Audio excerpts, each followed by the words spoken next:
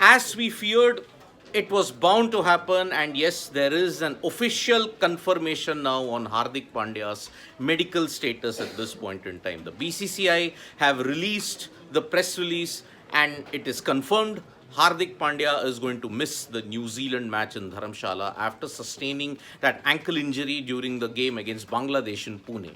Now, this is a big, big blow indeed, and now Team India will have to scramble for the backup options, like who is going to replace Hardik Pandya, how the batting and the bowling combination now will be sorted ahead of the game that will happen day after tomorrow.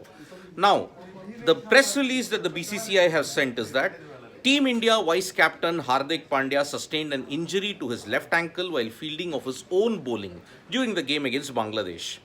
All-rounder was taken for scans and is advised rest.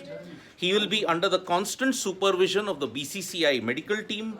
He will not be taking the flight to Dharamshala with the team on 20th October and will now join the team directly in Lucknow, where India play England. So there is a faint bit of optimism that maybe Hardik Pandya could be fit for the England game that will happen next Sunday on October 29th in Lucknow. Now, remember, after the end of the New Zealand game, you have a 1 week break.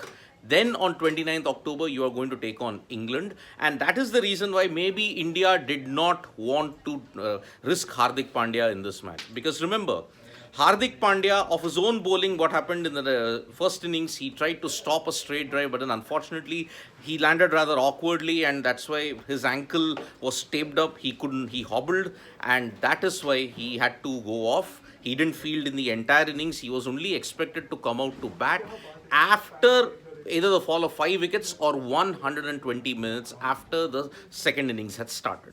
Now, with such a short turnaround time of 2 to 3 days, you are racing against time to get Hardik Pandya fit for the game against New Zealand in Dharamshala. Now, the worst fears have come true. He is not going to play in Dharamshala, and that is why he is going to go directly to Lucknow, where India will take on England on October 29. Now, yet again, this raises questions as to why the BCCI and why did Rohit Sharma have to make that statement at the post-match presentation. I mean, these were the exact words that Rohit Sharma stated. There is nothing major to worry about. We'll take a call in the morning and see how he pulls up through. But unfortunately, the scans and whatever is the injury revealed that it was serious enough for him to miss the Dharamshala match against New Zealand. Now, after a couple of days rest, hopefully the ankle improves, and then you will probably see Hardik Pandya feature in the match against England on October 29th at the Ekana Stadium. Now, Team India will now be banking on their plan B. Do they have a plan B? Do they have an injury management program in place? Because looking at it, who is the backup to Hardik Pandya in this Indian cricket team? No one. There is no backup for Hardik Pandya. So, either you will see the bowling attack being boosted up for the game against New Zealand, or you may see the batting lineup being boosted. Because see, number 5, you are settled. You are settled with Rohit Sharma, Shubman Gill, Virat Kohli, Shreyas Iyer, KL Rahul. That's your number 5. Number 6, now with Hardik Pandya not in, who is going to replace him? Maybe Jadeja can be pushed up to 6, Shardul Thakur at 7. Then at number 8, maybe get in Mohammad Shami. Or if you want to ensure that your batting is boosted, maybe Suryakumar Yadav comes in at number 6, then get Jaddu at 7, Shardul at 8, and then you play Kuldeep Yadav, Jasprit Bumrah, Mohammad Siraj. That might be the plan that India is having at this point in time. Because remember, India must ensure that their batting and bowling do not get compromised in a big way. And Dharamshala, looking at the wicket, how it has been, you are not going to play 3 spinners on that deck. If you want to bolster your bowling attack with the kind of pace that is available, maybe Mohammad Shami might be an option. But then your batting then thins down to only 7. How on earth are you going to get in that 8th batter? So this seems to be the most likely scenario when you look at Team India. I mean, Suryakumar Yadav comes in at 6, Jadeja at 7, Shardul at 8. Then you play Kuldeep, and then you get your regular bowlers in Jasprit Bumrah and Mohammad Siraj. But then, what about the 5th bowling option? Can Shardul Thakur be relied upon to bowl 10 full overs? Remember, he struggled in these 3 matches. And that's why, if you say, the last game also 1 for 59. Many people will say that he's done his job. But in crunch games, that could hurt India. And that's why there is no backup for Hardik Pandya. That's why one of our family members are stating, yes, there is no backup for Hardik Pandya. We were all dreading that maybe he shouldn't suffer an injury. He should be wrapped up in cotton wool and preserved for the entire tournament. But unfortunately, that one injury that he sustained now, Team India's composition might go awry at Dharamshala. But still, there is 2 days. We'll get to know what is in the press conference at this point in time when they host it on the 21st. Maybe at that point, you will come to know. Team India are expected to arrive at 2:30 p.m. in Dharamshala today. And then let's see how it goes. Will they have a session today? Most likely not. They'll have an optional practice session tomorrow.